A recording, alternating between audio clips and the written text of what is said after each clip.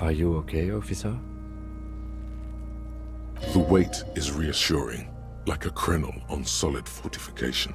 Pat, pat, pat. You're facing tough odds here. It's aggravated further by alcohol withdrawal.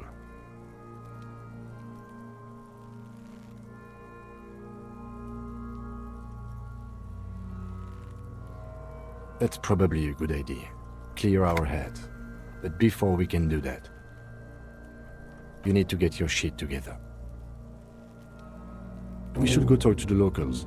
Find something else to do while the wind changes. It's pretty bad right now. You've gained a thought. When this dialogue is over, go to your thought cabinet and intern. Give it half an hour. Get yourself together. Then come back and have another go.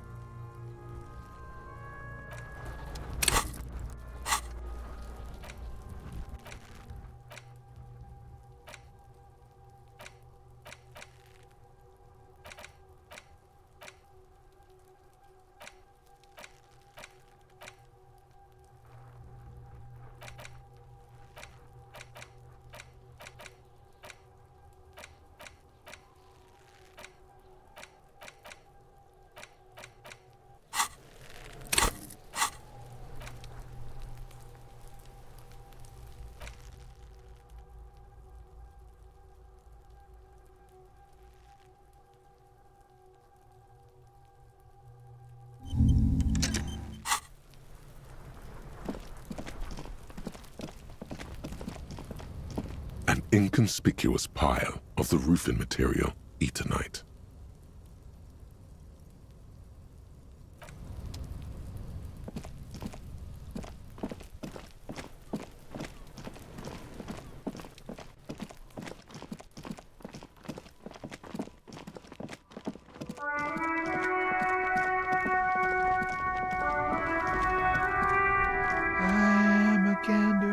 Hunter and a gatherer, feel like a traveler.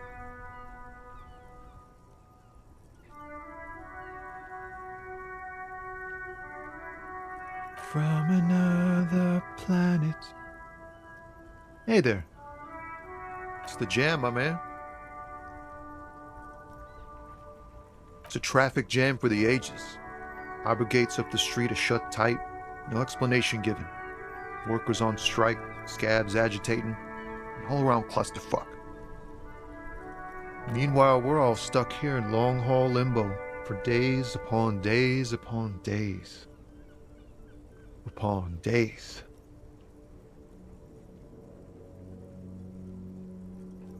Feels like forever. Like I was born on this here roundabout and this was all I ever knew. Just me and the metal and the tires, the oil and the fumes of mazout.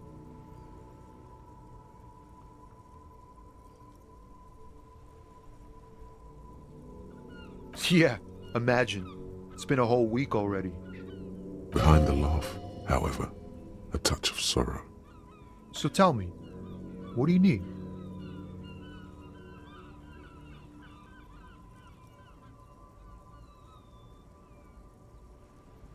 Oh, high-grade narcotics, illegal firearms, stuff like that. Time to arrest him.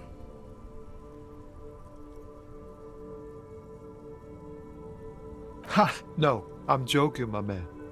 Found runs a nice, clean business. This haul of cargo is mostly sporting goods. You know, tracksuits and that kind of thing. They usually get shipped to Grodd and the Occident. Though we've been making headway in the Il Moran market lately.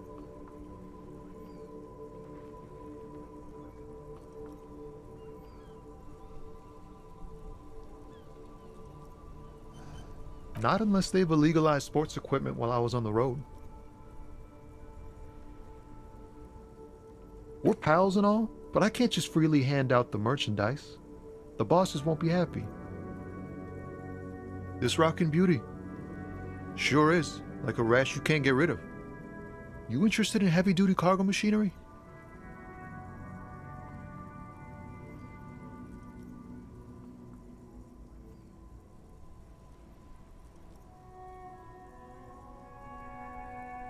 Yeah, it must be. Your job's to know all these little things, isn't it? Well, my job is to deliver tracksuit trousers. There it is again. a little touch of sadness beneath his cool. He thinks he's spent too long in this lorry. The man taps his fingers rhythmically against his arm.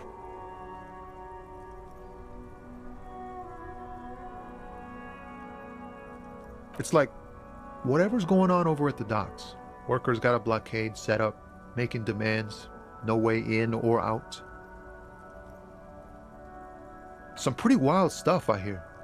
Like a giant new power crane in half the company? I forget what exactly. Good on them, I guess. I've heard talk there's a company rep in town too. Like a strike negotiator type. They'd know what's up. Ah, yes, from the Wild Pines. We'll meet her soon enough, I'm sure. They want to keep that money flowing in, my man. Ka-ching. Anything else? Yeah, this ain't really my area of expertise. I just do my job and get paid. I have things to do and places to be. All of us do. Us lorry drivers. Camionneurs. You still hang around here waiting for this mess to end. Most have scurried off somewhere to get drunk or high. Or laid. Not that I blame them, really. Not my thing. Chasing transient pleasures is a drag these days. I prefer the examined life now. Thinking, reflecting, observing. What's better than chasing transient pleasures? The more transient, the better. When one's ended, you can get onto the next one.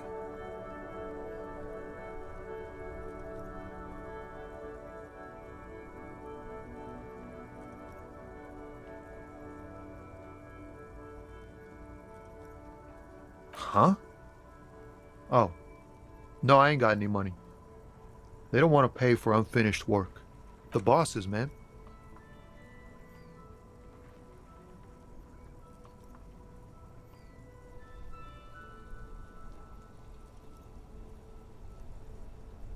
Dunno. What you need? He ain't one of us drivers. I know that. All accounted for. Otherwise, I haven't really asked about that. Been wasting time right here. Keep him busy. It's easy to see he's telling the truth. He's kept his nose out of the dark stuff. Analyzing the fundamental structural and psychological conditions of being stranded in the midst of a sea of motor lorries and their sad, despondent chauffeurs. A sense of surprise there ain't more bodies hanging from more trees.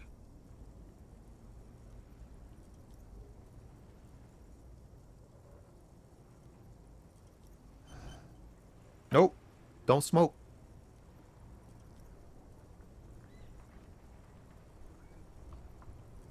Some of the other drivers do, though. There's still a few around, waiting for the jam to disperse. Or waiting for the sweet release of death. Yup, nothing wrong with that statement. Your senses have nothing to add. You'll have to ask around elsewhere. You could also check the kiosk down the street. Frit. With 3 T's. Revachol's weird. Ease into it. Don't go too far. This seems like a personal matter. Cool. We all want to know each other's woes and all. But people, man, they have slippery souls. Just like that, he slips out of your reach. It is possible the yelling didn't help. Don't be a stranger.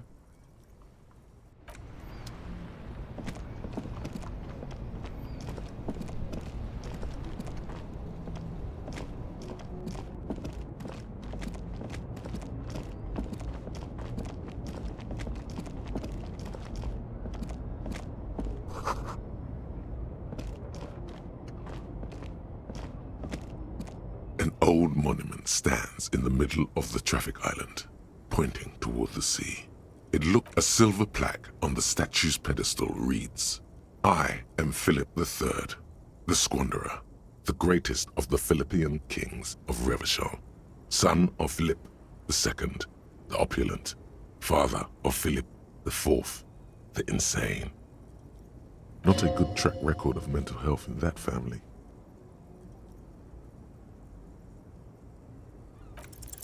Even by the standards of the Philippian kings, old sumptuous Philip was known for his profligacy.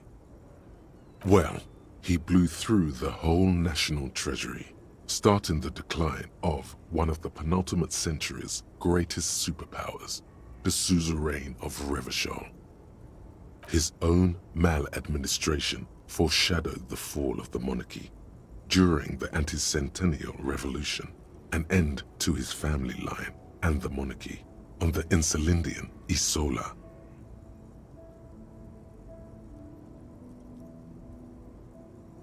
Stories have it that he had his bedroom converted into a treasure chamber, where he stored unfathomable wealth.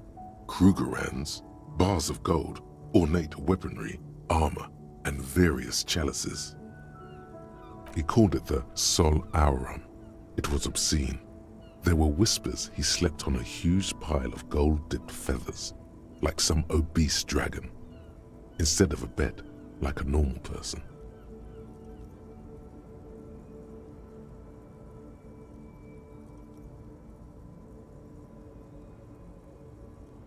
But wait, you haven't even heard about his fabled cocaine addiction.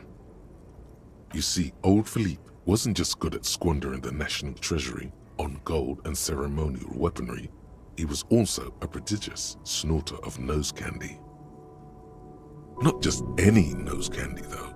We're talking Royal Philippian Blow, allegedly twice as potent as the stuff you find nowadays, and purple. Philippian cocaine was purple.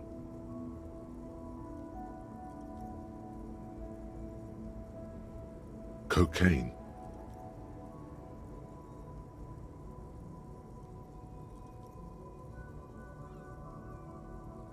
That's what the revolutionaries said 150 years later, right before they emptied out the royal mausoleum and dumped His Majesty's mortal remains in the Insulindian Bay.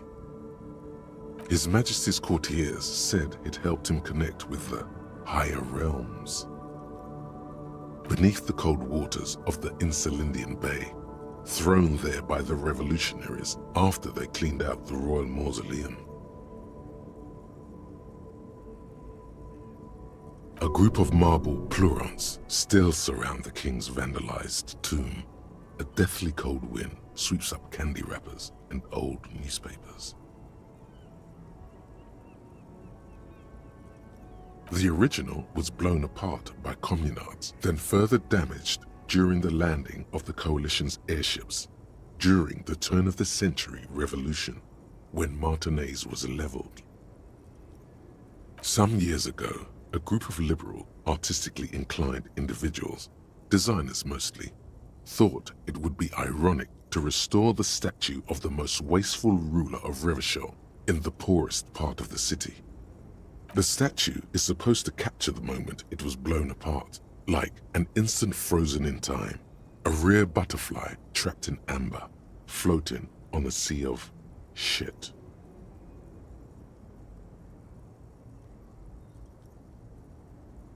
Neither do people in Martinez. The statue has proved to be controversial in a neighborhood mostly populated by the left-leaning working class.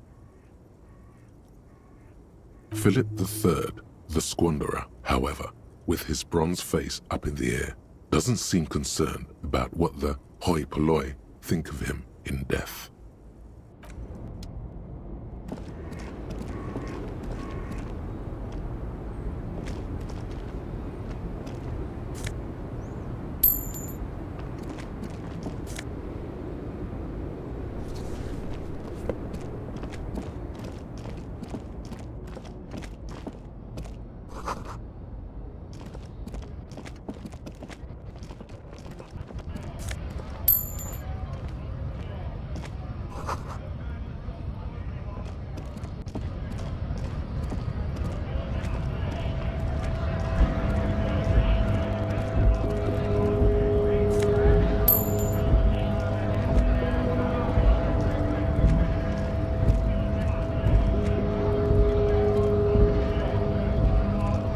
Yes?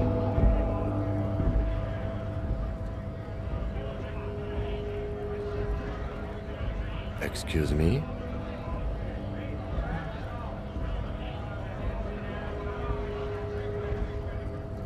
You have a distinctive way of walking. If I were to walk in front of you, we would surely collide. I hope you don't take this the wrong way. It's just a collegial observation. In the 57th, we call it the Jamrock Shuffle. Officers from Jamrock's 41st Precinct tend to move a bit erratically. They say it's a scene-clearing technique developed by one of your lieutenants for gathering evidence. It's erratic, yet thorough. Prioritizes containers.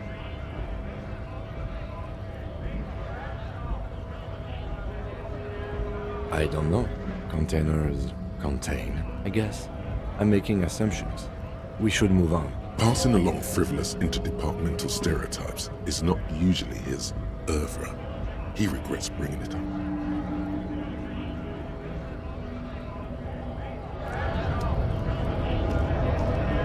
Bastards! We have a right to work!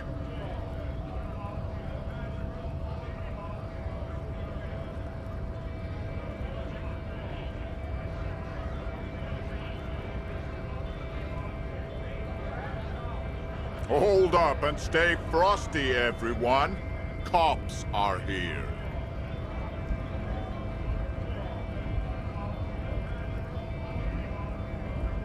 You here to fuck with us? Beat the honest worker down. We're here to fight for a cause. Stripes usually have problems with people who have causes.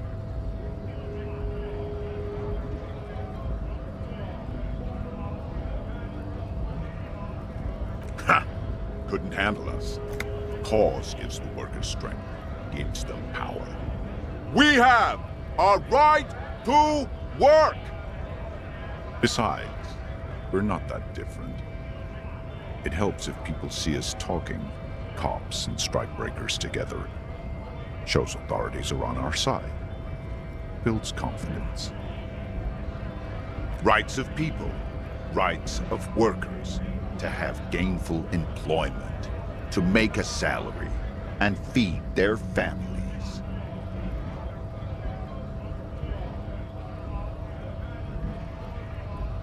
Maybe you should ask them the questions, like why we're not allowed to make a living here. Shame on you! We have families to feed, you piece of shit.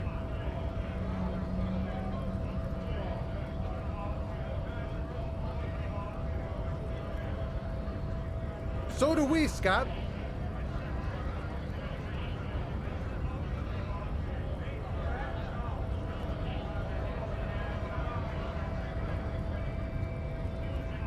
When a bunch of ungrateful, lazy cockroaches can't get their act together, decide to block honest work for other people.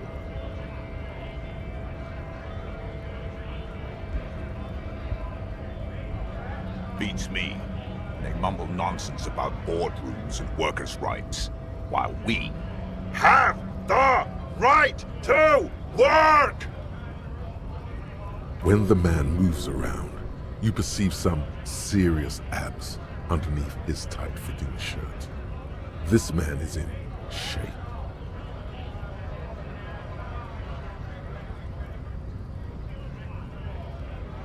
I work hard, and I would work even harder if the fuckers would let us work!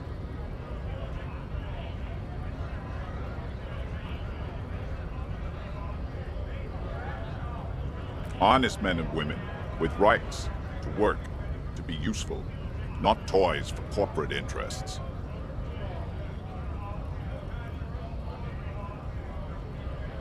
We came here to help the harbor run smoothly in time of crisis.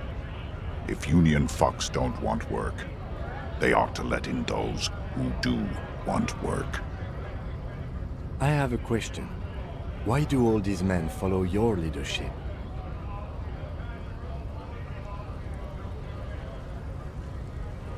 You think they follow because I'm big and loud? No. They follow the rules of the market, the rules of the economy, because they were Given a job to do! You've been talking to him for quite a while now. Something is off with this guy. Ask him where he's from.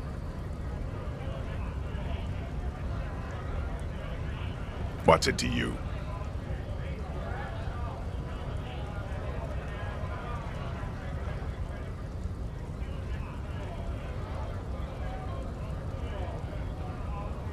Big mess, caused by union greed. But I only fight for the rights of people.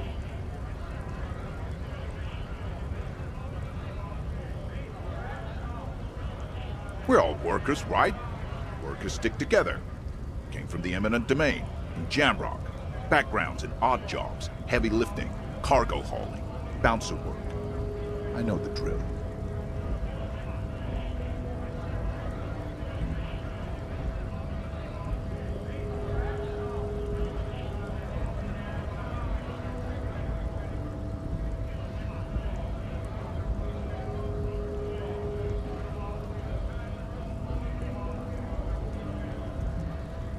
Worked at Territorial. Ring a bell? Uh-huh. It was a long time ago.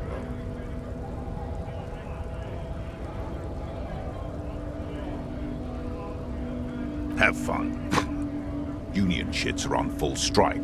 Don't think they're going to let you through the gates. Trying to meet their fat boss.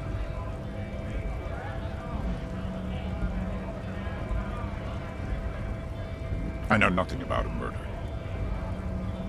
The mention of a killing sends a barely noticeable shiver of tenseness through him. Interesting. What are you talking about? I'm not tense. Yes, he's tense and dangerous. Somewhere below it all. Right to work! It's shameful. Cops doing nothing. You should bring backup. Open up the gates for us. Blockading gainful employment for workers is a crime.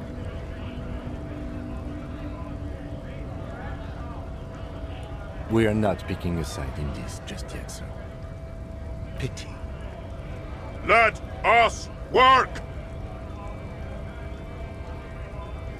We were promised work. We'd be in there, working, if the bastards hadn't shut the gates. Main gate's locked. It would take heavy ordnance to bust it open. I try to get in through the secretary's office. Door's locked. The guard's blocking the way to the access panel. And I don't mean the scrawny mess punk either. I mean head measurer. Or whatever he is. Huge Seminese guy standing up there on the overhead passage. Won't let anyone by. The access panel is right behind it. Bad. Standing on a narrow bridge, he's got a strategically advantageous position. And he's trained. I don't know how the Union has a trained killer up there. But that one's no joke, and my men are tired and hungry. They're workers, not fighters.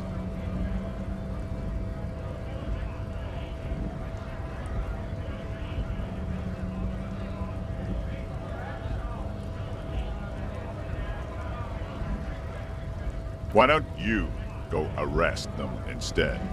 I'm sure they've done plenty of criminal shit. They have that look. It would be better for the neighborhood if you went home, at least for now, if you can't get in anyway. No! They will give up eventually. Or get drunk. Leave the button unguarded. Then we charge.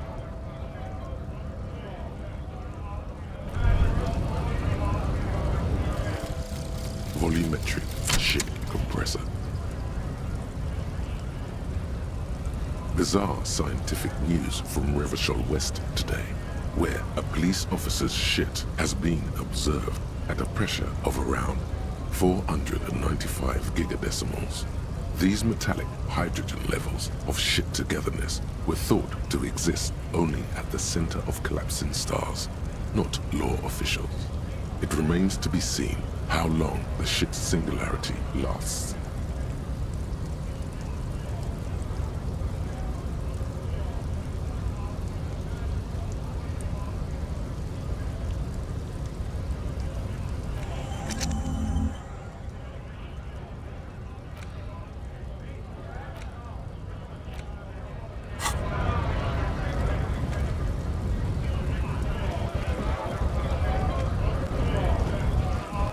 Scab?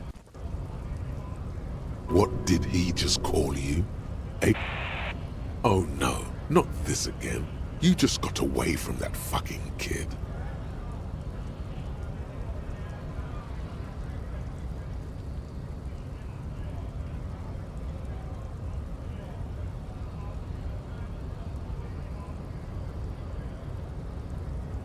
No, I said scab. A kind of a worm, content with mere survival. They come, they want to do our job for shittier pay, screwing over both themselves and us. Everybody loses.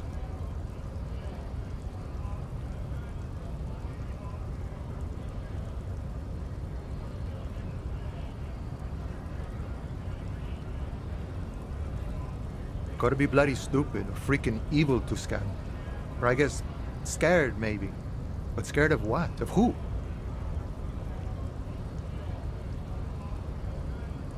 Personally, I'd rather beg than scab. If the gentleman shouting on the street came begging, maybe they'd have gotten something.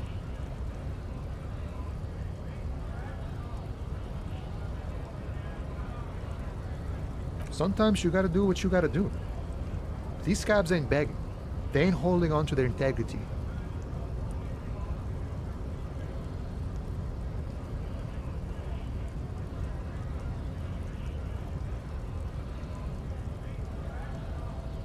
I was just messing with you. No one's ever seen a cop scab.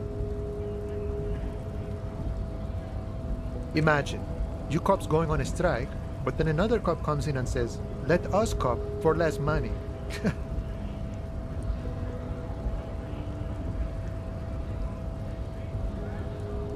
Speaking of, what brings the RCM here, to the Wild North? Come to see the strife?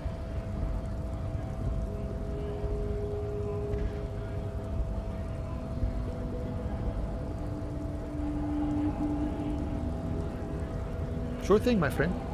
I can help you out.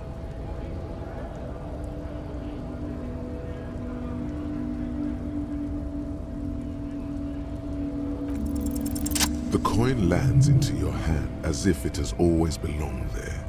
The swallow returns. Always glad to help out the RCM. Shame I can't do more. Things are meager at the moment due to... You know, the winter's fat is slowly running out and all. Still better than scabbing though.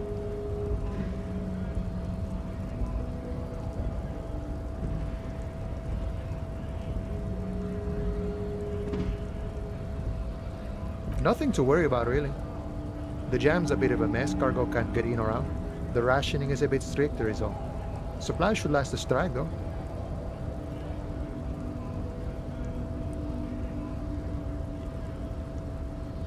Aye, you lost me there, Honcho.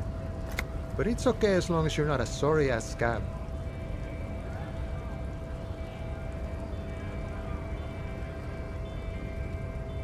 Murder, huh? That sounds like a lot of hard work. You'd never see me investigating a murder.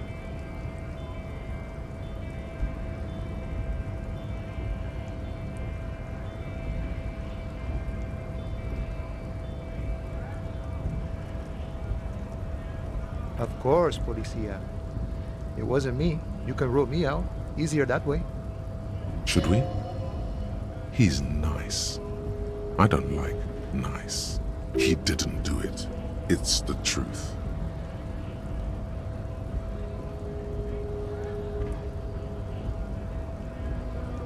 My friend, I respect the right to roam. The open range awaits. I don't operate in that capacity. I'm not a granter of passage. The passage grants itself. Aye. Walk right past Measurehead and go in. Yeah, the 2.5 meter tall Semini Supremus is there. Walk right past him. Then press the button to unlock the door. Then go past him again. And you enter the arbor through the office. Está.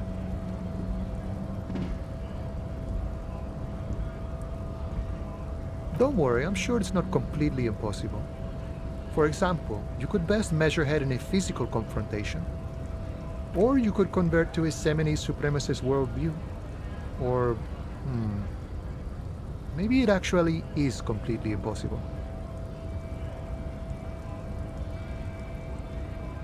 Not yet, no. He's incredibly strong. Nothing a couple of solid hooks from Dexter and Sinister won't fix.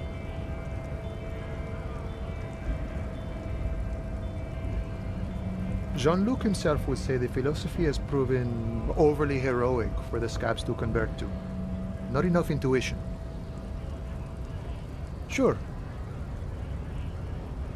You know, serious business. I'm sure the big boss will be glad to tell you. You'll have to ask him first. He's a chatty guy. Wants to talk about the strike. Return once you've met the union boss and are on a better footing with the organization.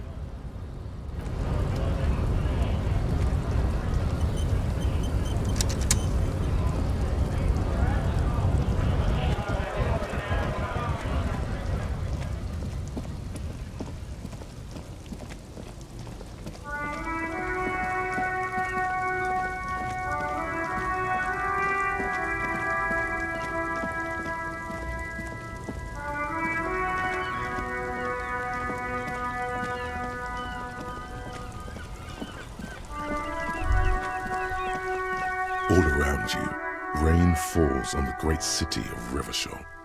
Rain drips from the eaves and floods the gutters, washing the filth away. The spring thaw must be here. The snow is melting. Looking up at the sky, cold water dripping from your hair. Grey sky like great battleships, clouds colliding with one another. The shoulders of your jacket grow heavy. The cold finds its way under your skin. You shiver, and the city shivers with you. Sheets of rain over the water, a flight of stairs leading into the ocean. Wave after wave washing the coast of Martinaise, with its motorboats and gently swaying reeds. The ruins of a half-sunken sea fort crumble on an inlet beyond the Bay of Revachol. Ghosts rise into the sky. The skyscrapers of La Delta, the financial district. Faint golden light seeps from the office windows. Will you ever go there? No, you are just one of the hundreds of thousands who watch them rise across the bay from Martinaise every day. Urban coastline, rain dripping off Eternite-covered roofs, cinder blocks left over from half-finished construction, a defunct research and development building, once seized by revolutionaries. An old wooden church stands on stilts above the water. Coal City, end of all lines. Your hair is an oily mess flecked with ash from neighboring coal plants. Smokestacks rise somewhere in the distance. The great gates of the industrial harbor are locked. A chill runs down your back. You shudder like an animal trying to shake water from its hide.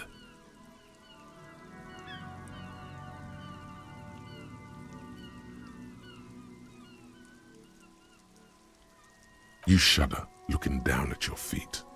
Dirty rainwater runs veins into the plaza's snow.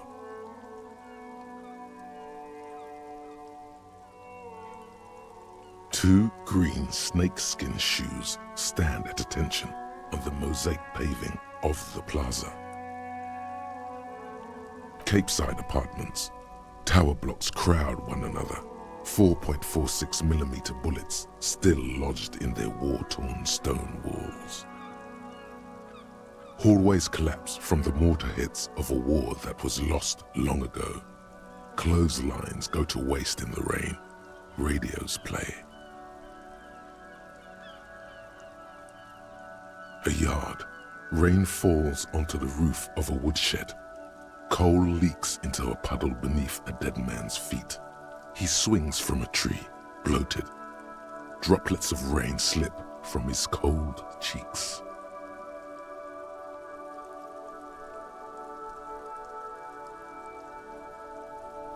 traffic jam. Rain thrumming on the roofs of motor vehicles. Inside, drivers watch water streaming down their windshields. The statue of a king shudders. He too is cold. The canal bridge has been raised. The road ascends. A raised motorway loops above the ghetto. Beneath its concrete columns, a sea of rooftops, woodwork, and tar stretches northward. 4-story buildings as far as the rain can fall. The snows melt in Jamrock. Revachol is the capital of the world. Jamrock is the capital of Revachol. Droplets form on your eyelashes. It's home.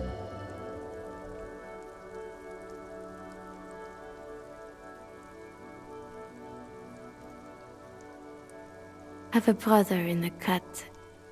Where the wood at?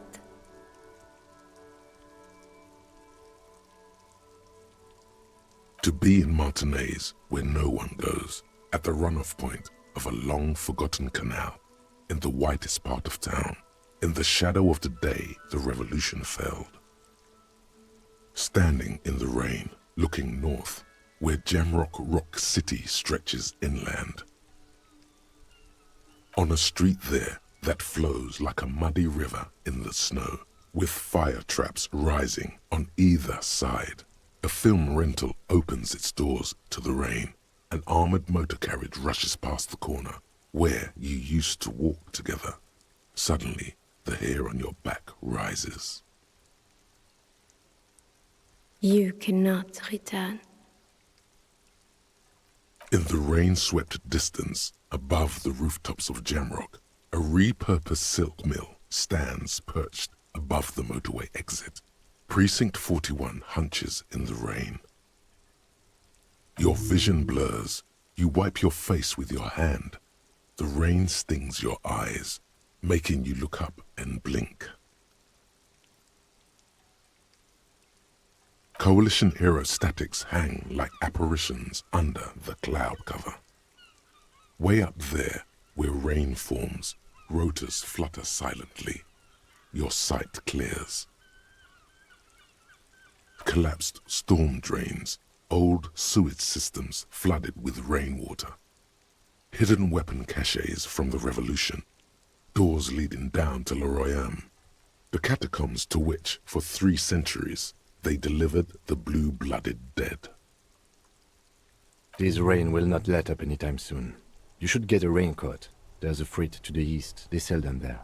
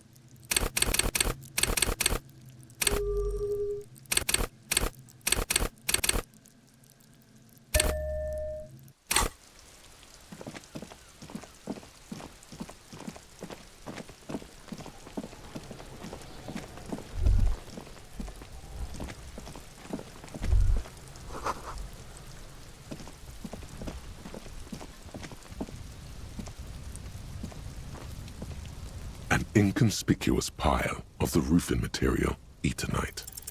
Because it's nice and orderly, well-laid pallet, it reveals no secrets at this time.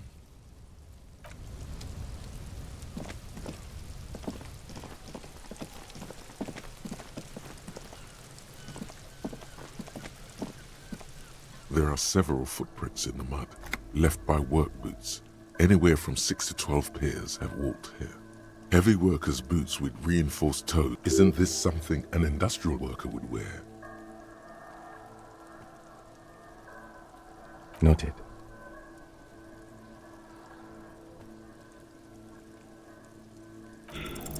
What do you think you are? A super detective? You're hungover. These are just dents in the mud. No pattern emerges for the time being.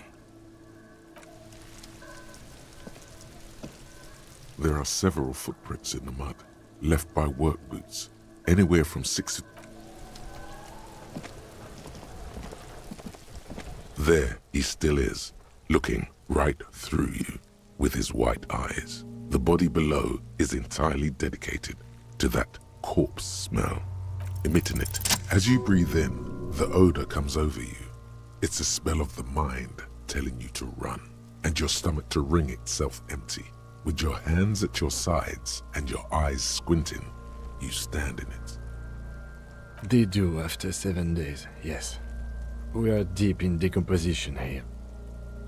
The man before you is naked, but for a pair of underpants and enameled boots. His skin is greenish, marbled with decaying veins, and blotched by lividity. A fading web of tattoos covers his chest and shoulders. The cargo belt used to fasten him to the branch above appears industrial in strength. The material appears to be ceramic. Its clean white stands in stark contrast to the decaying flesh above the knee. The man wore thick polymer socks, probably for padding. A fine array of interlocking plates covers them. Delicate and fragile, they feel alien to the world around you. These are clearly not boots. They're armor, possibly part of a larger set. Indeed. Technically speaking, these are sabatons, not boots. Ceramic plate, zirconium dioxide most likely. This is where the make would be. Under the heel, fair weather model T500 VE. I'm guessing that's vitreous enamel. This is advanced stuff. The locals probably scavenged it. It would be odd if he had more on after 7 days. We should keep a lookout for these pieces. The armor could yield information. If you wear those pieces, it will help me protect your mortal coil.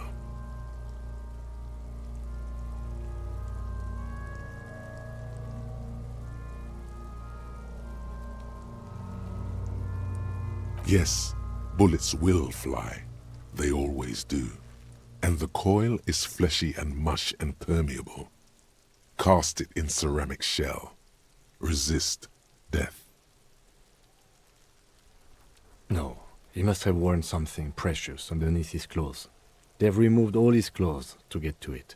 They did not just strip him for the putrid rags.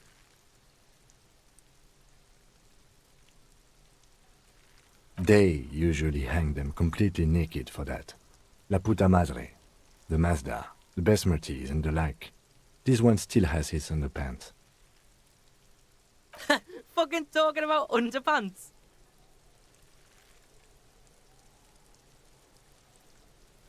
It is. It's expensive. We've requested similar material for our tactical units for years now. The constabularies deemed it too costly. In that time, we've lost 6 men to semi-automatics. For a full set, about 4 years of wages. As a wage, it's regrettably small, but for a piece of hardware, yes, that's a lot.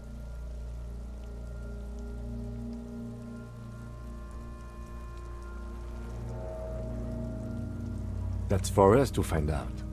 My initial report on the area suggests he was a security guard for the harbor company, but that's just hearsay. Just something I scraped together from my station. An area report on Martinez. I'm sure you did the same.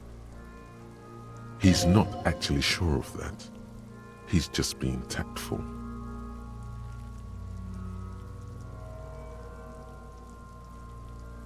I agree. This equipment is way beyond what a guard can afford. A small bell-like sound fills the air, like tapping on the side of a porcelain cup.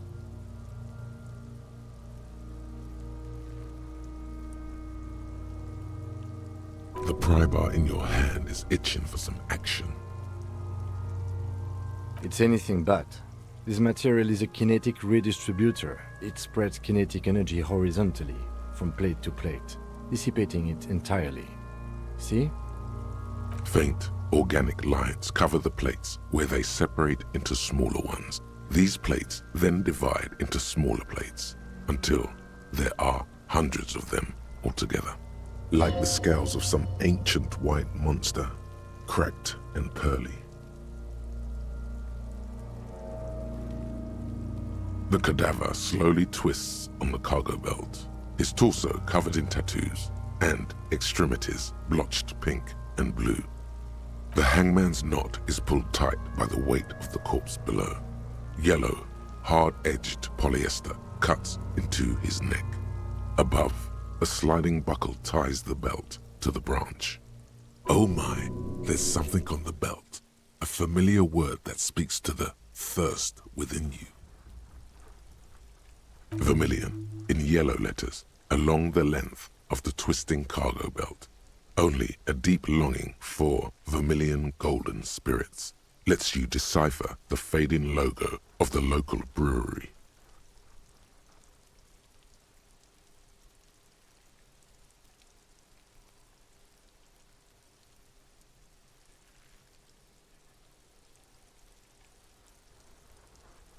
Extremely. Industrial strength, the kind used for tying cargo to lorries.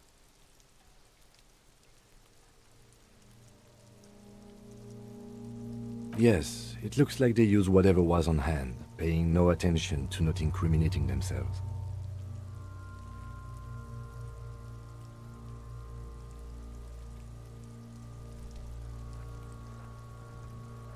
A noose is one of those things that's easier to use one way around.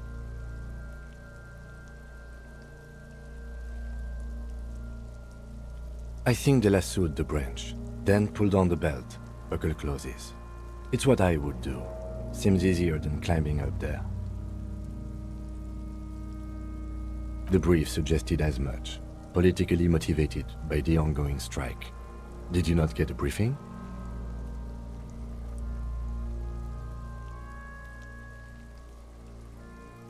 Then you should ask me the first moment we get.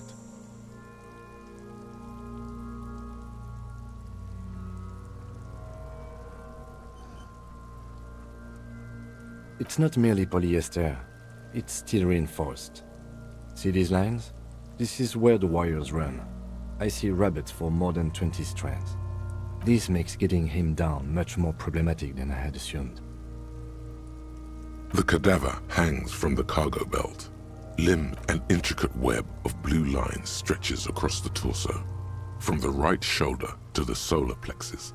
Each time they intersect, a small white star is formed in their crossing. Hundreds of fading asterisks riddle his skin. Their concentration is highest around his heart. His corpse is marked by stars. Alcohol and heartbreak. Your fist clenches suddenly.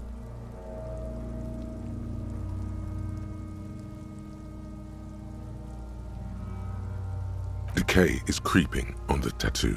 Already, most of the canvas that's holding it has darkened. Now, it disintegrates slowly, letting out a stink.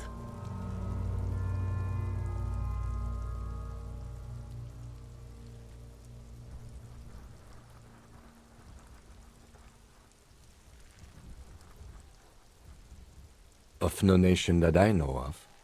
If anything, it reminds me of religious illumination, last or penultimate century. Men who live harsh lives often turn to innocentic worship. But which one? I see no trace of a humanoid figure. The pattern does not stir patriotic or religious sentiment in you. What it does is speak to the wounded, limping animal, the male in particular, unable to communicate in anything more than grunts. It's impossible to tell if its advice is right or wrong. So am I. He takes a thin piece of milled aluminium from his coat pocket and pulls it open. Sounds like a sword being unsheathed. A small lens appears, some sort of camera. A Trigger Sunshine. Mini. Shit, Kuno! What the fuck is that? An instant color camera.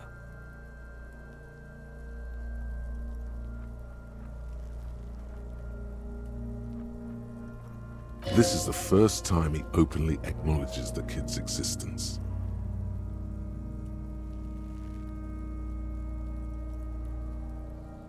I have only 2 ampoules, so nobody move. I don't want to waste one. A sound, a shrill flash, followed by the breaking of a small ampoule of glass. You see streams of color pour onto the thick, glossy piece of paper, rolling out. In case we need it.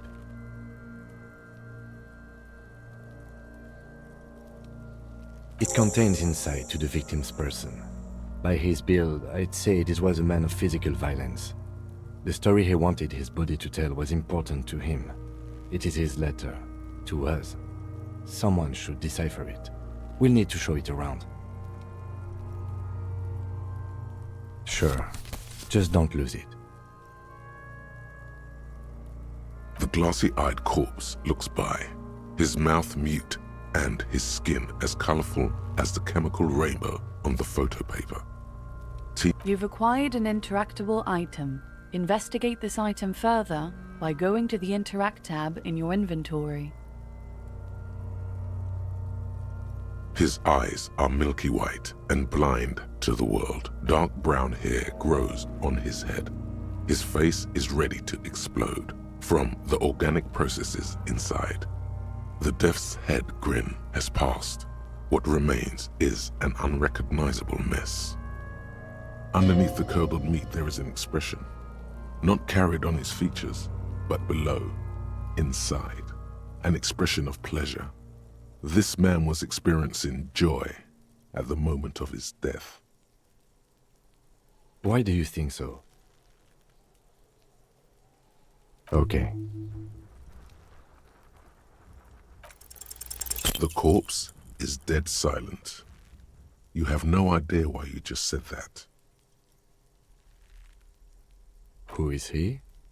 He is male, 40 to 50, with an athletic build. The corpse looks right through you as you distance yourself from its stench, eyes like a shark.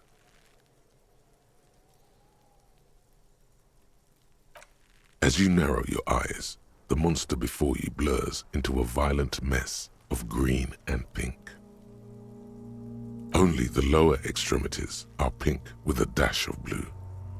His fatted hands, thighs, and his neck, just above the noose. The rest of the corpse appears dark green in the cold spring air. How should I know why you are squinting, officer?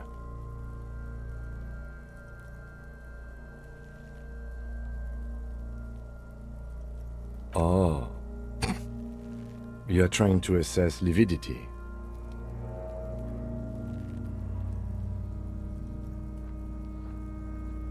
The monster comes back into focus, an explosion of color coursing with dark marbled veins. His stomach appears pregnant with something. Black liquid streams down his thigh and onto his boot. So, what do you think?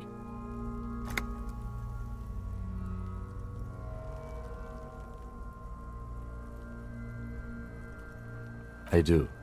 Most of them are post-mortem. Maybe even all of them. The delinquents have made our jobs harder with their little sport. Stop talking in riddles, coin slot.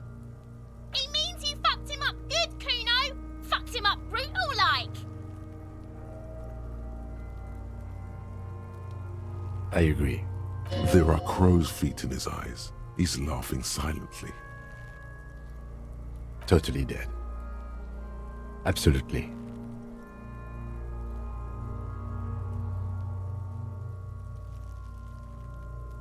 A pool of blood and feces has eaten into the frozen mud below the man's feet. Purge liquid is dripping into it. The victim appears to have contained no more than half a kilogram of digestion at the time of death. The fuck he's saying? Talking about shit.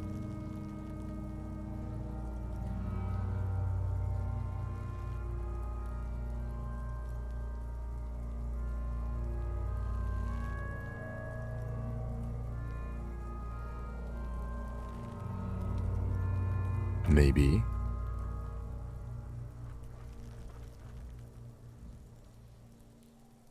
I think he was upright immediately after death. Blood has gathered in his hands and feet, and his neck. The noose acted like a tourniquet, keeping the blood in his head. The hypostasis here is in tune with the hanging. That's what I think.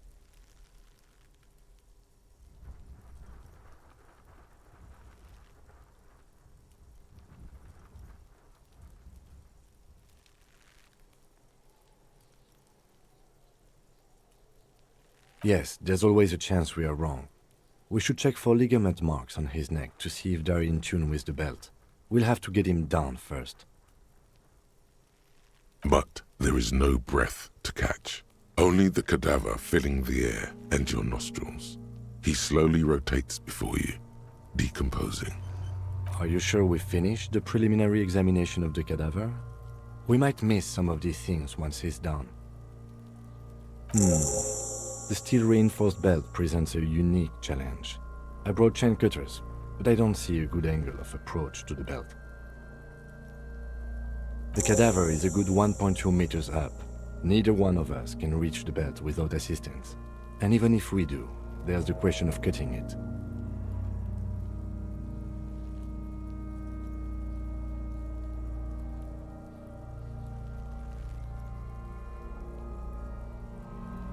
Yeah! Bang bang time, pig! How?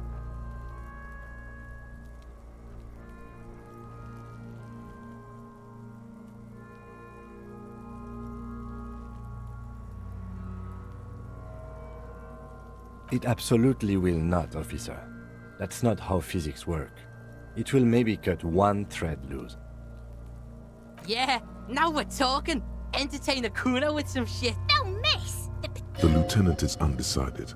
On one hand, he wants to shoot some gun. On the other, it's an awfully stupid idea.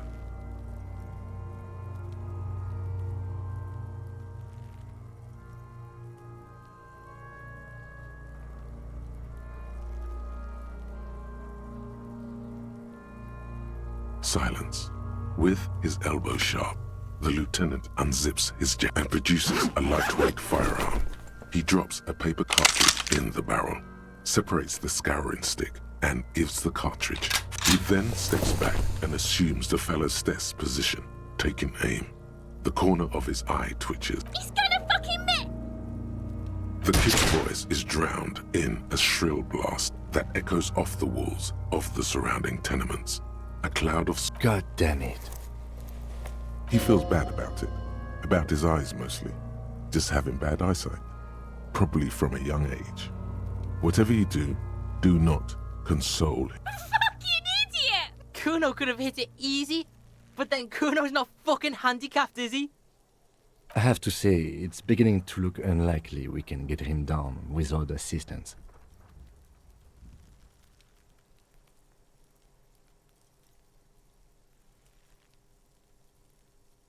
It's bad as it is, us shooting firearms like punks here. Go ahead, I'm not stopping. They only have... Oops. This is the sorriest pair of... Officer, why do we only have one gun?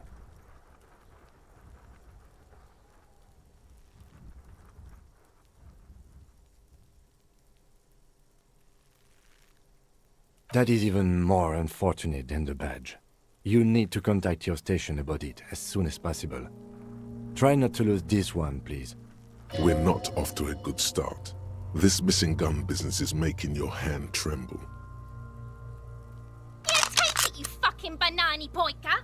Take it and shoot yourself in the mouth! The cold piece of bakelite and The fuck are you waiting for? Kuno is silent. Aggression gathers in the air. The trigger feels delicate and ready to break under your finger. The buckle comes into focus in your sights. You stand with your feet planted firmly in the ground. Why don't you just shoot yourself in your mouth? At least you won't miss.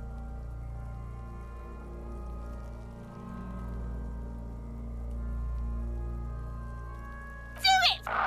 Set me free! You feel as though it would be dangerous to set this creature free. to roam about the cosmos.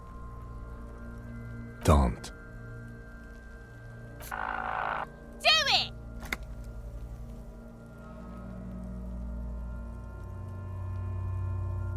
Put it right here, Monka!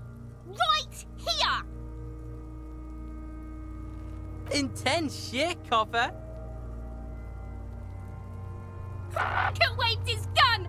It wasn't intense, it was pathetic! Your field of view narrows. The branch slowly moves, becoming entirely two-dimensional. The metal buckle glimmers, catching the noon light as the corpse slowly rotates. Look, he's crying! You gonna cry now, fucking faggoty? Or what? You gonna fuck me? You wanna fuck me, pig? Is that what this is about? The lieutenant takes the gun carefully from you and holsters it. His eyes are narrow and he doesn't comment on your antics. Fucking pussy didn't shoot shit, did he? Didn't shoot me. Didn't shoot himself in the mouth. Didn't shoot me. There is sincere disappointment on her face. This kid was expecting pandemonium and release from her mortal coil. We need to access the harbor and ask the leader of the Union to have it taken down. They have the tools, and they have men.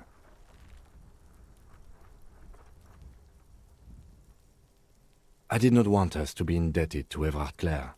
I wanted us to be able to deal with it ourselves. You need to suck my dick! Why the fuck am I still alive?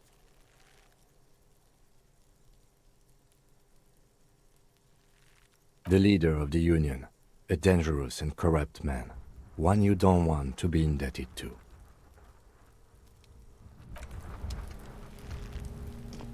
Yes? What do you want to know?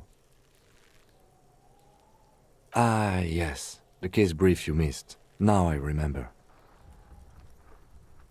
3 days ago, the RCM Emergencies Desk received a report about a security guard who was found hanged in Martinez. An anonymous caller said there was a dead body behind the Whirling in Rags hostel cafeteria. The cadaver had been there for 4 days. No one had come to investigate. During that time, the victim had been stripped of his belongings. The caller did not identify him, but used the word lynching. There is an ongoing labor dispute between the local dock workers and the logistics company Wild Pines. I was told we should approach the death as part of this dispute.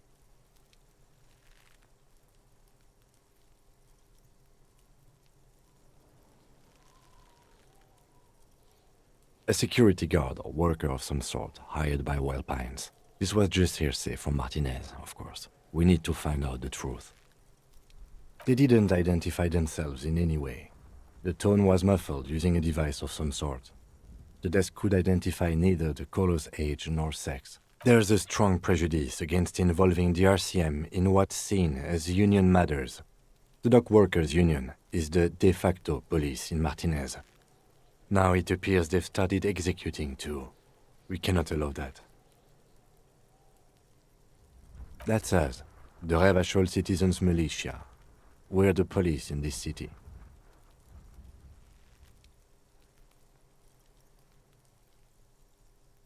Just to be clear, we are police officers. It's our job to find the killer. That's the case. Uncover and arrest the killer.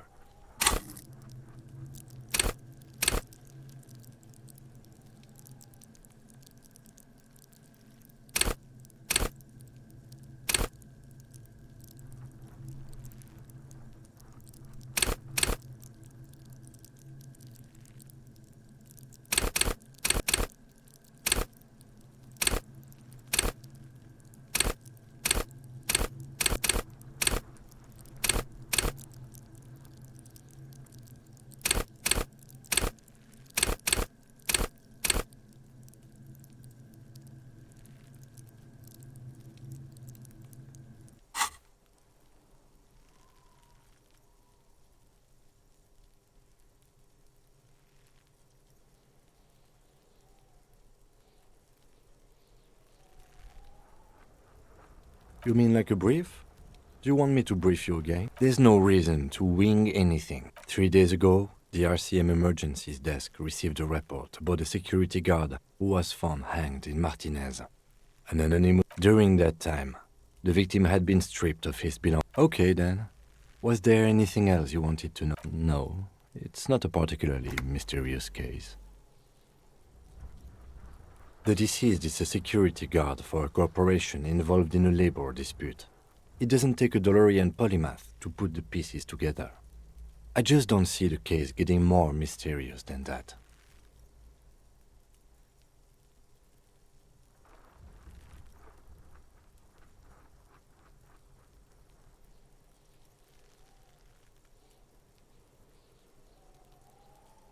There was some interest in this case at my station, but not for the reasons you have in mind. You seem to wish there was a... Cut this boring stuff off immediately. You know what this case is about.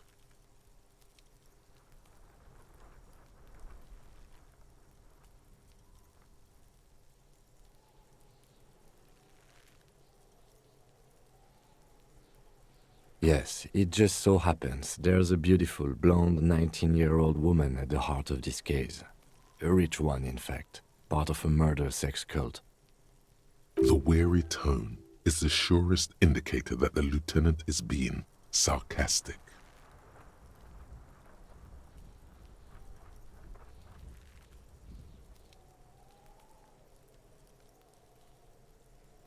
Extremely. He's basically challenging you to sex it up with some lurid twist. Don't get right into it. Sit on it a bit. Then hit him with it.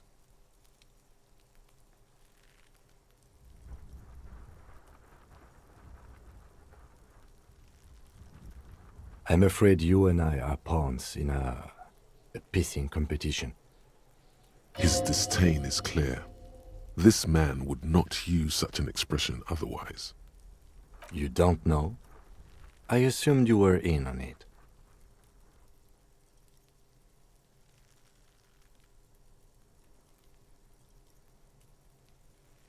Better still than an imbecile cop-off.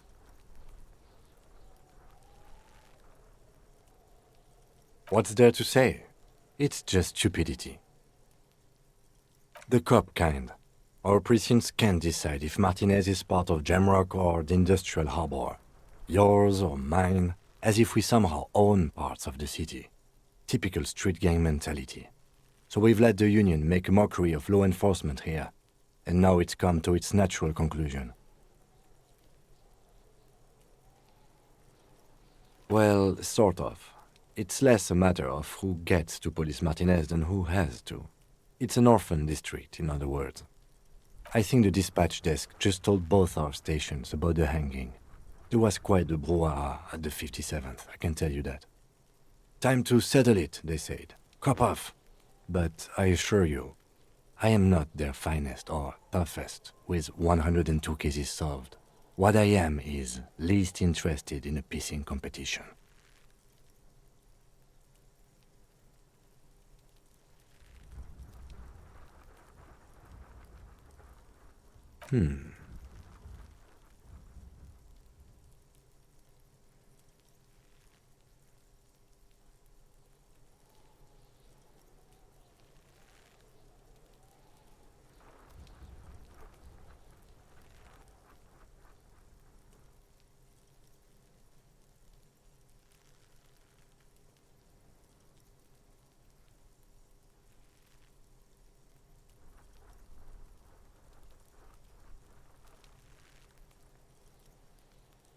A good joke. He does not actually think it was a good joke.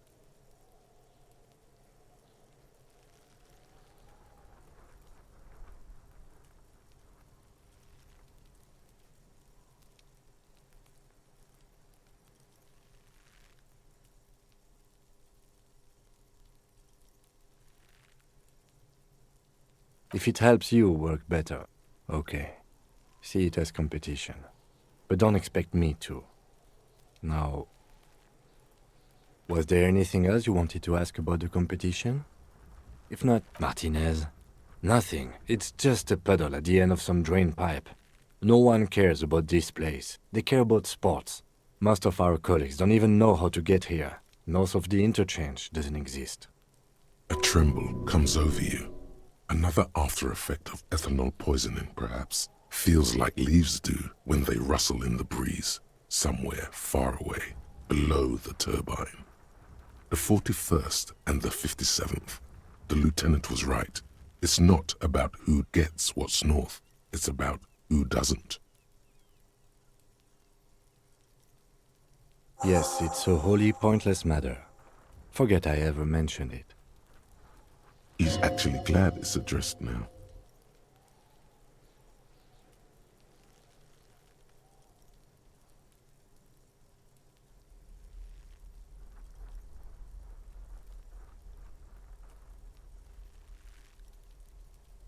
Me? I don't see how my life is pertinent to the investigation.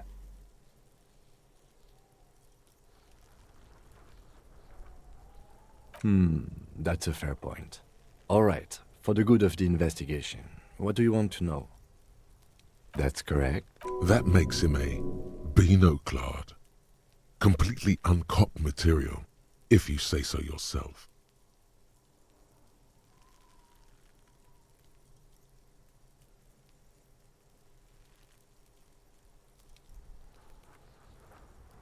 I can assure you, detective, that I've passed all the required physical exams within the last year. Can you say the same?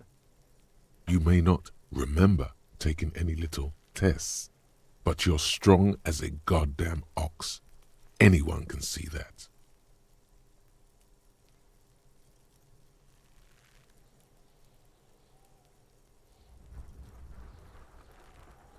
Just because your precinct has a reputation for cracking skulls doesn't mean that's the only way to solve a case. Was there anything else? That's because I'm half Seolite, or quarter. My father's father was from Seoul. So was my grandmother, but from my mother's side. It's not an interesting topic. It's a part of the world, officer. A geopolitical entity and a geographic division. I told you it wouldn't be interesting.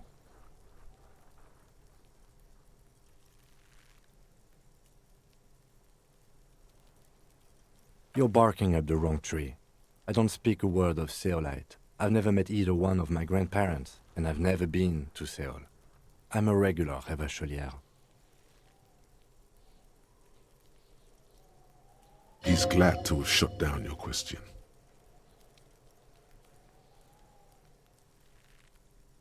What do you mean? I have no idea what you're talking about.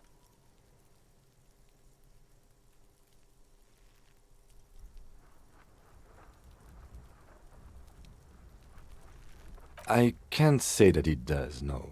When I need to think, I just use my notebook. The lieutenant produces his small blue notebook and idly thumbs through a few pages. That's where his conversations with himself take place.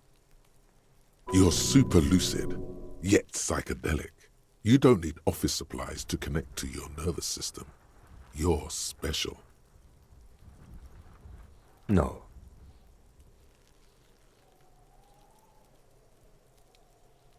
The lieutenant nods. Good. Let's change the subject.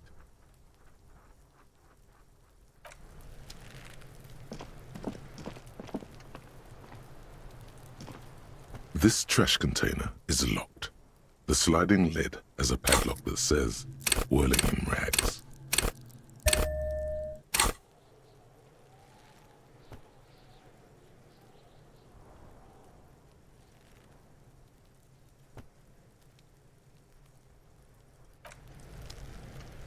This trash container is locked. The sliding lid has a padlock that says, "Whirling." Still, not force time. You're just not getting there. The pry bar is primed, but you lack the ability.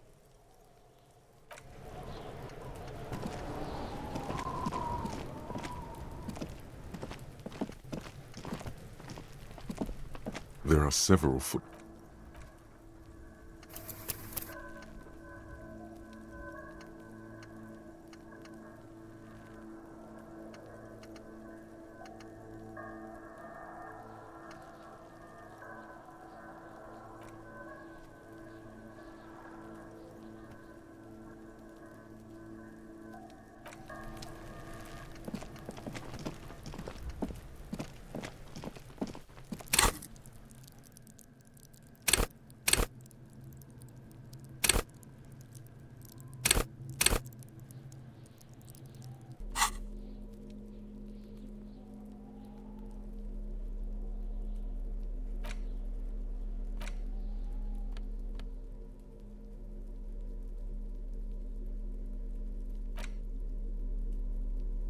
An intricate web of blue lines stretches across the torso of the hanged man, from the right shoulder to the solar plexus. Each time the lines intersect, a small white star is formed in their crossing. Hundreds of fading asterisks riddle his skin. Their concentration is highest around his heart. The pattern still kind of has an ethnic feel to it, but nothing familiar. For you to discover, you've gotten as far as you will without assistance. Someone close to the victim might know.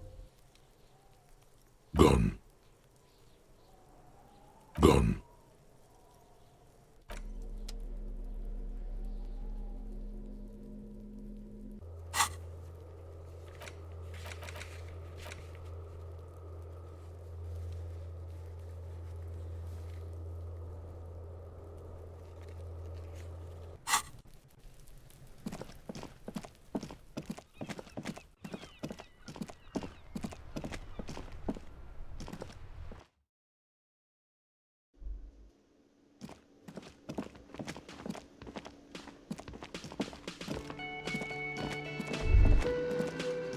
That sugary black rum stain on the counter makes you teary-eyed with joy. It's almost touching how syrupy and sticky it is. How long have you been up already?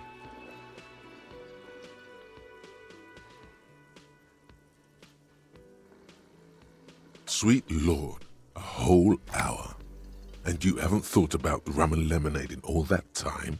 You've truly extinguished all trace of yourself.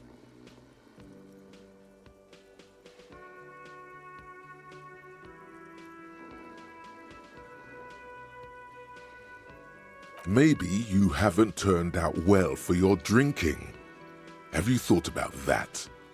Get a goddamn rum and lemonade to yourself, boy. Or better yet, lick that stain off the counter. What happened, man? You used to be cool. Go get your boring normal person drink then. It would go well with those cigarettes. That's a great combination.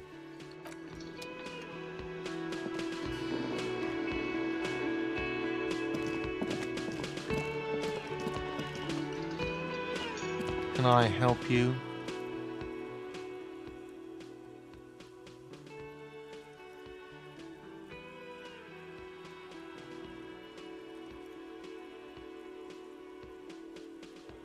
Absolutely. You wait and see, cafeteria. Absolutely in the question. First we find a sad banger. Then we sing this place to shit. Mine? No, it belongs to the Whirling in Rags. Thank you for clearing that up. Why do you keep the container locked? Why? To keep the hobos and drunks out. That's why. And the neighbors too. They put their trash there and they don't pay for the garbage company. I thought as much. And are you the only party with access to the trash container? Well, yes. Us and the garbage disposal company. It seems a little callous, doesn't it? Something stirs in you. Prod at him and find out.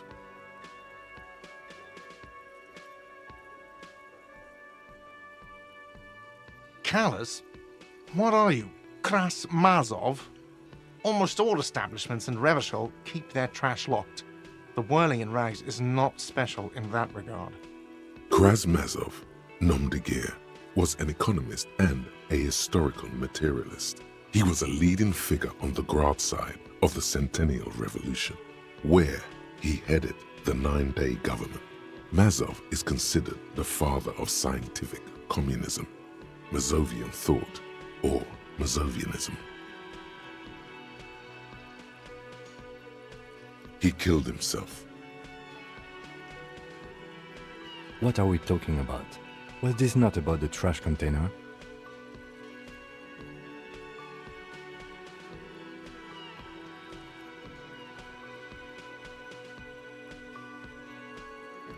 Was there something you wanted? What for? Mazov? Are you planning to nationalize my trash container? It concerns the case. Please cooperate.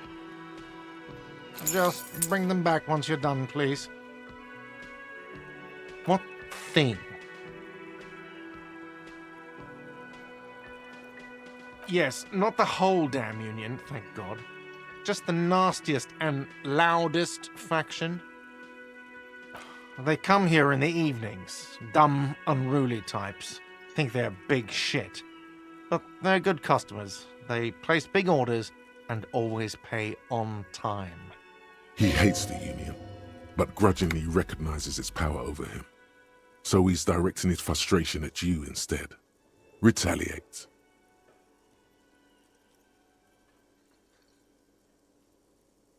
I don't. I'm simply providing a service, or really facilitating the offering of services to paying customers, and it doesn't matter. I don't have to explain myself to you.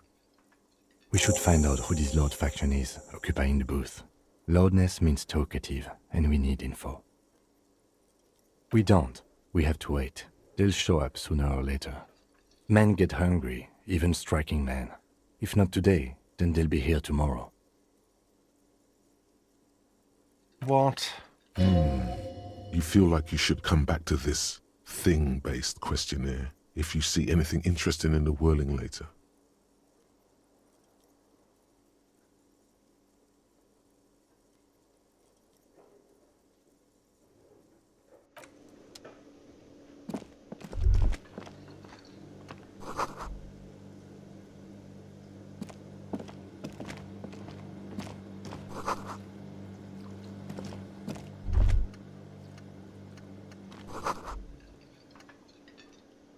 A thin man is smoking below an exhaust hood, occasionally sipping from his mug. This must be the Whirling's cook. As you step in, he nods toward the table and says something in a completely foreign language. The only words you can make out are Goranci and Kubek. It must be his name. Goranci. Goranci Kubek. Sounds representative.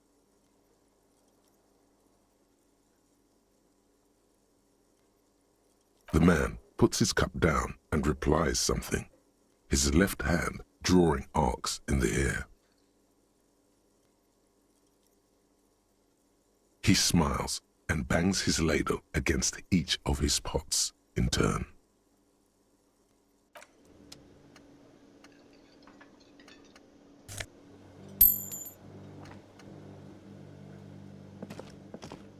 You see a heavy steel door with a prominent dimple lock.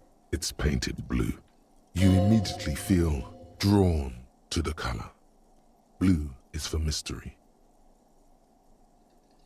The cobalt blue surface feels rough to touch. The stainless steel door is flush with its frame on every side. You do? It's a door in the back of the kitchen. Why do you care where it leads?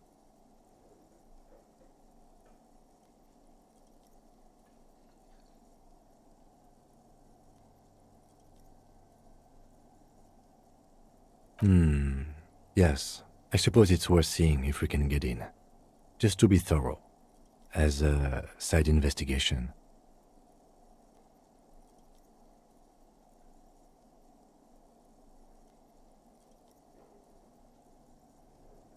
Gart is the person to ask about this.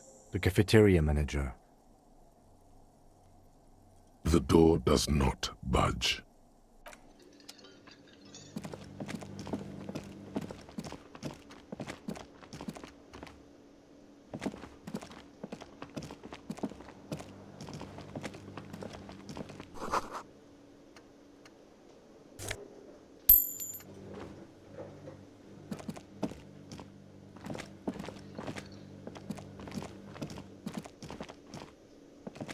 Can I help you? Another thing. Great. I love those. Oh, yes, that door, sure. There's nothing mysterious about it. It's just a door. No, I don't have a key. I don't know how to get there. And I don't care either. It's not like I've been wondering about it for 10 years. It's just a frit warehouse, probably. Or some boring storage space with a bunch of old junk and dust. junk and dust. He's attempting to maintain an air of indifference. It's absolutely not convincing. Fine, okay, a little. But my job doesn't leave me time for wondering about one locked door in one of the cafeterias I manage. So I haven't opened it. I have cleaned the whole place 100 times over, though, after the animals. And I haven't found a key, so good luck with that. Yes?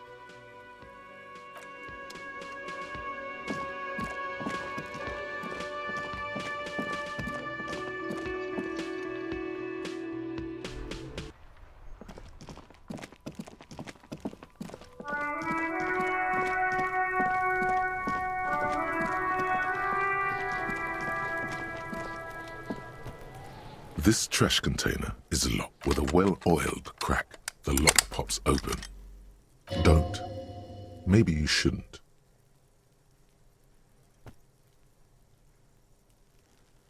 There is, but you won't like it. Sweat forms on your brow. Your hand is still on the lid. The smell of rotten food rises to greet you. You see soggy cartons, dirty rags, and organic waste.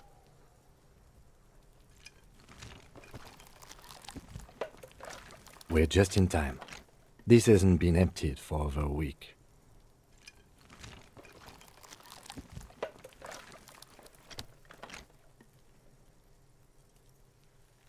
You see milk and egg rest with one broken egg in it. Some pasta wrapper. Picking up the soggy packages somehow feels familiar. A box falls into pieces in your hands. Batiste Soleil cereal. There are plastic pasta packages below, and turbo noodles. Nothing of note, however.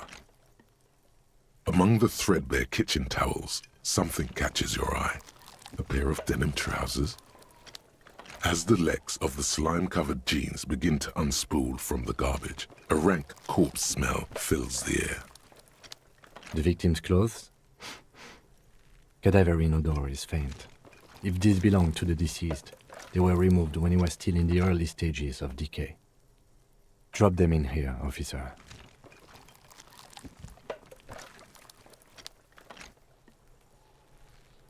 Guitar-marked blue jeans. Pockets empty or emptied. He wore them with a belt, too, a white belt. The loops appear stretched, but the belt is missing. That's it. Do you see anything else in there? I have another bag here. Something slimy catches your eye. A drab, long-sleeved shirt, olive-colored, appears from the food waste, dripping with pus. This is a military-type overgarment. No label or serial number. This is the kind of red-knit shirt that's worn over light armor to conceal it in an urban scenario. Anything more? The rest of the rags are just kitchen variety waste. A yellow old mug that catches your eye. But other than that... All right. We should go to Gart again and ask if he knows who put the clothes in the trash. It could be as simple as someone from the hostel cleaning the yard. Or that one. I'd advise against confronting that force.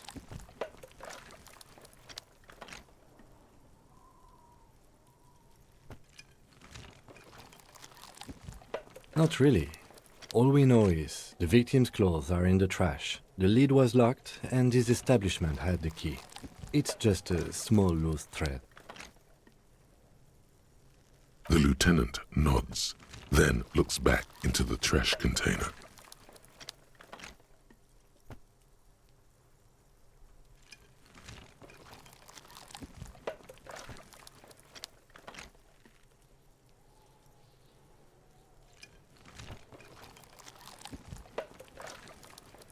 You pick out a broken mug with an oddly racist depiction of the yellow man frolicking in saffron, only in its social sensibility.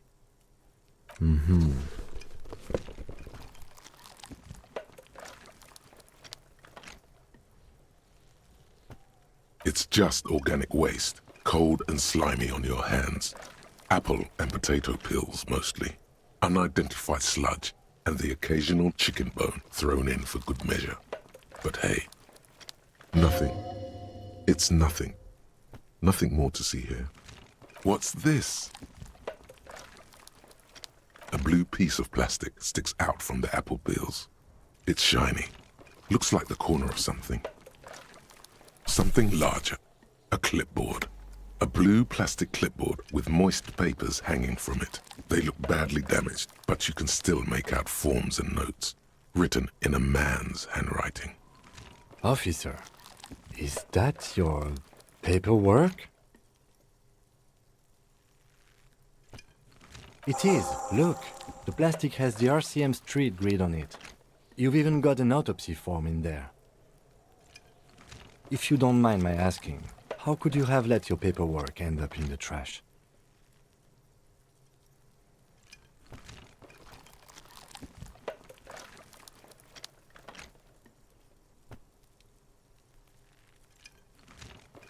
Understood. Be untroubled. If anything, this small moment has made him respect you more.